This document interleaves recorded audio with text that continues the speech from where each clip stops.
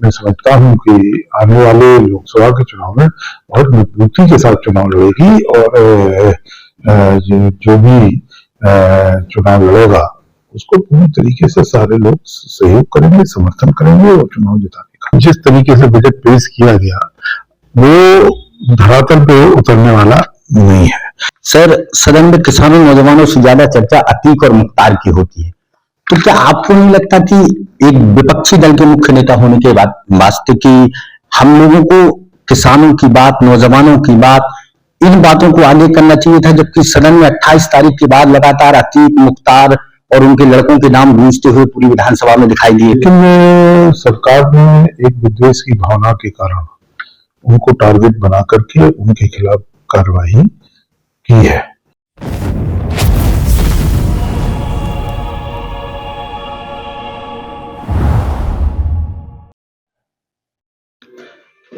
नमस्कार साथियों, स्वागत है आप सभी का खरी बात चैनल पर। इस समय हम लोग मौजूद हैं समाजवादी पार्टी के पूर्व राष्ट्रीय कोषाध्यक्ष, समाजवादी पार्टी से पूर्व सांसद, पूर्व राज्यसभा सांसद, क्रप्को के चेयरमैन, अभी हाल ही में आईसीए के चेयरमैन चुने गए समाजवादी पार्टी के वरिष्ठ नेता डॉक्टर चंद्रपाल सिंह यादव जी के पास। हाल ही में बजट पूरा पेश हुआ और इस बजट पर क्या सोच है समाजवादी पार्टी के वरिष्ठ नेता जी की, यही जानने के लिए हम लोग आज समाजवादी पार्टी के वरिष्ठ नेता डॉक्टर चंद्रपाल सिंह यादव साहब के पास आए हैं। सर, इस बजट में क्या जो अनुमानित किसान, व्यापारी, नौजवान जो सोच रहे थे, आपके हिसाब से सर क्या इन लोगों को ऐसी योजनाएं दी गई हैं? देखिए, बजट को बहुत ही भारी भरकम दिखाया गया है। उत्तर प्रदेश के वासियों को एक बहुत बड़े स्वप्न दिखाने का प्रयास किया गया है, लेकिन मैं समझता हूं कि जिस तरीके से बजट पेश किया गया वो धरातल पे उतरने वाला नहीं है, क्योंकि संसाधन भी जुटाना पड़ेंगे और उसको एग्जीक्यूट करने में सरकार को दिक्कत होगी। क्योंकि पिछले वर्ष, मैं इसलिए कह रहा हूं इस बात को कि पिछले वर्ष जिस तरीके का बजट पेश किया गया था उसको धरातल पर सरकार नहीं ला सकी और मैं समझता हूं कि जो खर्चे बताए गए थे या जो विकास की योजनाएं बताई गई थी वो योजनाएं ना तो पूरी हो पाई, बहुत सी योजनाएं अभी तक प्रारंभ भी नहीं हुई। तो ये लोगों के बीच में एक भ्रम की स्थिति पैदा करने का प्रयास किया जाता है, लेकिन उसको धरातल पर नहीं उतारा जाता। अगर धरातल पर उतारा जाएगा, खर्चा होगा, तो निश्चित रूप से उत्तर प्रदेश के विकास में ये बजट सहयोगी होगा। सर, सदन में किसानों नौजवानों से ज्यादा चर्चा अतीक और मुख्तार की होती है, तो क्या आपको नहीं लगता कि एक विपक्षी दल के मुख्य नेता होने के बाद वास्ते की हम लोगों को किसानों की बात, नौजवानों की बात, इन बातों को आगे करना चाहिए था, जबकि सदन में 28 तारीख के बाद लगातार अतीक, मुख्तार और उनके लड़कों के नाम गूंजते हुए पूरी विधानसभा में दिखाई दिए? आपकी बात बिल्कुल सही है। जो हिंदू मुसलमान के नाम पर जिस तरीके से प्रदेश को बांटा जा रहा है या जिस तरीके से लोगों के खिलाफ कार्रवाइयां की जा रही हैं धर्म और जाति के नाम पर, ये उचित नहीं है। अगर जितना, आपने बिल्कुल सही कहा है कि जितना समय इन सब बातों के लिए लगाया जाता है उतना समय अगर उत्तर प्रदेश के विकास के लिए लगाया जाए तो निश्चित रूप से मैं समझता हूँ उत्तर प्रदेश बहुत आगे बढ़ सकता है। और जहां तक अपराधियों को के खिलाफ कार्रवाई की बात है, जो भी अपराधी है, किसी भी जाति का, किसी भी धर्म का, कोई भी व्यक्ति हो, अपराधी को के खिलाफ कार्रवाई होना चाहिए। समाजवादी पार्टी पूरी तरीके से सहमत है, लेकिन जाति और धर्म के नाम पर लोगों के खिलाफ कार्रवाई की जाएगी और कुछ जाति के लोगों जो बड़े अपराधी हैं उनके खिलाफ कार्रवाई नहीं की जाएगी, ये सत्ता में बैठे लोगों के लिए उचित नहीं है। सर, अभी हाल ही में कुछ दिनों पहले दीपनारायण सिंह यादव एक बड़ा नाम थे, बुंदेलखंड में 2 बार विधायक भी रहे दरोठा विधानसभा क्षेत्र से, उनको तमाम धाराओं में जेल भेज दिया गया है, तो आप इस बारे में क्या सोचते हैं? क्योंकि बुंदेलखंड में एकमात्र जो नेता है वरिष्ठ समाजवादी पार्टी के, अब वो आप बचे हैं।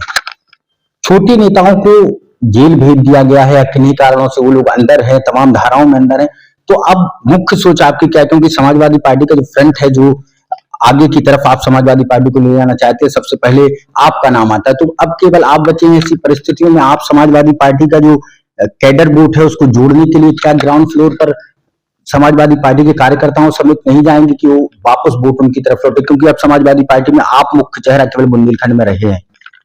देखिए, जहां तक दीपनारायण सिंह जी की बात है, मैं शुरू से ये बात कहता आ रहा हूं कि उनके खिलाफ जो भी मुकदमे लगाए गए हैं पूरी तरीके से झूठे हैं।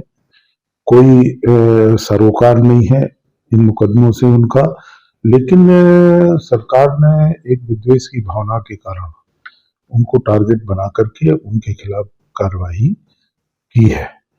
न्यायालय में है, न्यायालय में प्रयास कर रहे हैं कि किसी तरीके से हमें न्याय मिले, और हमें उम्मीद है कि न्यायालय से निश्चित रूप से न्याय मिलेगा।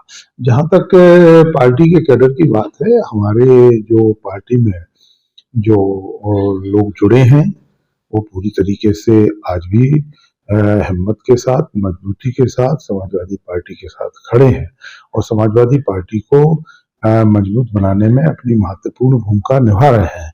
इसके तो आने वाले जो चुनाव होंगे, चाहे नगर निगम के चुनाव हो, चाहे पार्लियामेंट के चुनाव हो, जो भी चुनाव होंगे, उन चुनाव में ये सारे जो कार्रवाइयां हो रही हैं इनका जवाब निश्चित रूप से जनता देगी, और आपको निश्चित रूप से आश्चर्यजनक परिणाम देखने को मिलेंगे।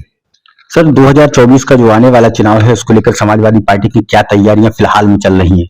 देखिए, पार्टी पूरी तरीके से तैयारी कर रही है कि 2024 में लोकसभा का चुनाव समाजवादी पार्टी की ज्यादा से ज्यादा सीटें यहाँ से जीते। उसके लिए पहले सदस्यता अभियान भी चलाया गया। सदस्यता अभियान के माध्यम से लोगों को जोड़ा गया, उनको एक्टिव किया गया, और हमारा संगठन हर जिले में मजबूती के साथ काम कर रहा है।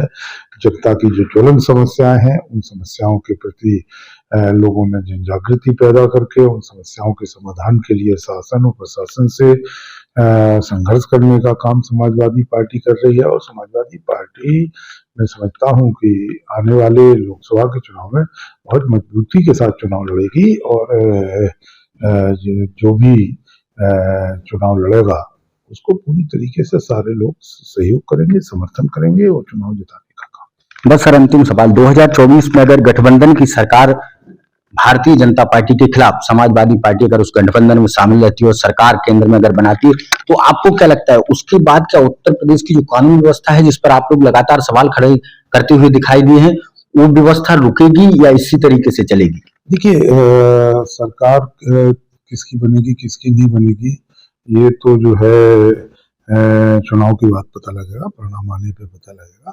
लेकिन मैं इस बात को विश्वास और दावे के साथ कह सकता हूँ कि जब उत्तर प्रदेश में समाजवादियों की सरकार रही तो बेहतर कानून व्यवस्था रही है, और हमने कानून व्यवस्था की आड़ में कभी जाति और धर्म के नाम पर लोगों को प्रताड़ित करने का काम नहीं किया, और हमारा यही प्रयास होगा कि बेहतर कानून व्यवस्था हो, प्रदेश का विकास हो, और हर जाति, हर धर्म, हर संप्रदाय के लोग एकजुट होकर के प्रदेश के विकास में अपना सहयोग करें। बहुत बहुत धन्यवाद। ये थे हमारे साथ डॉक्टर चंद्रपाल सिंह यादव साहब, जिनका एक बहुत बड़ा नाम पूरे उत्तर प्रदेश में जाना जाता है। आज हमारा चैनल खरी बात मौजूद था डॉक्टर चंद्रपाल सिंह यादव साहब के घर पर। आगे आप लोगों से फिर होगी मुलाकात, तब तक आप सभी लोगों से निवेदन हमारे चैनल को सब्सक्राइब करें, साथ में बेल आइकन बटन दबा दें। आप सभी का बहुत बहुत धन्यवाद।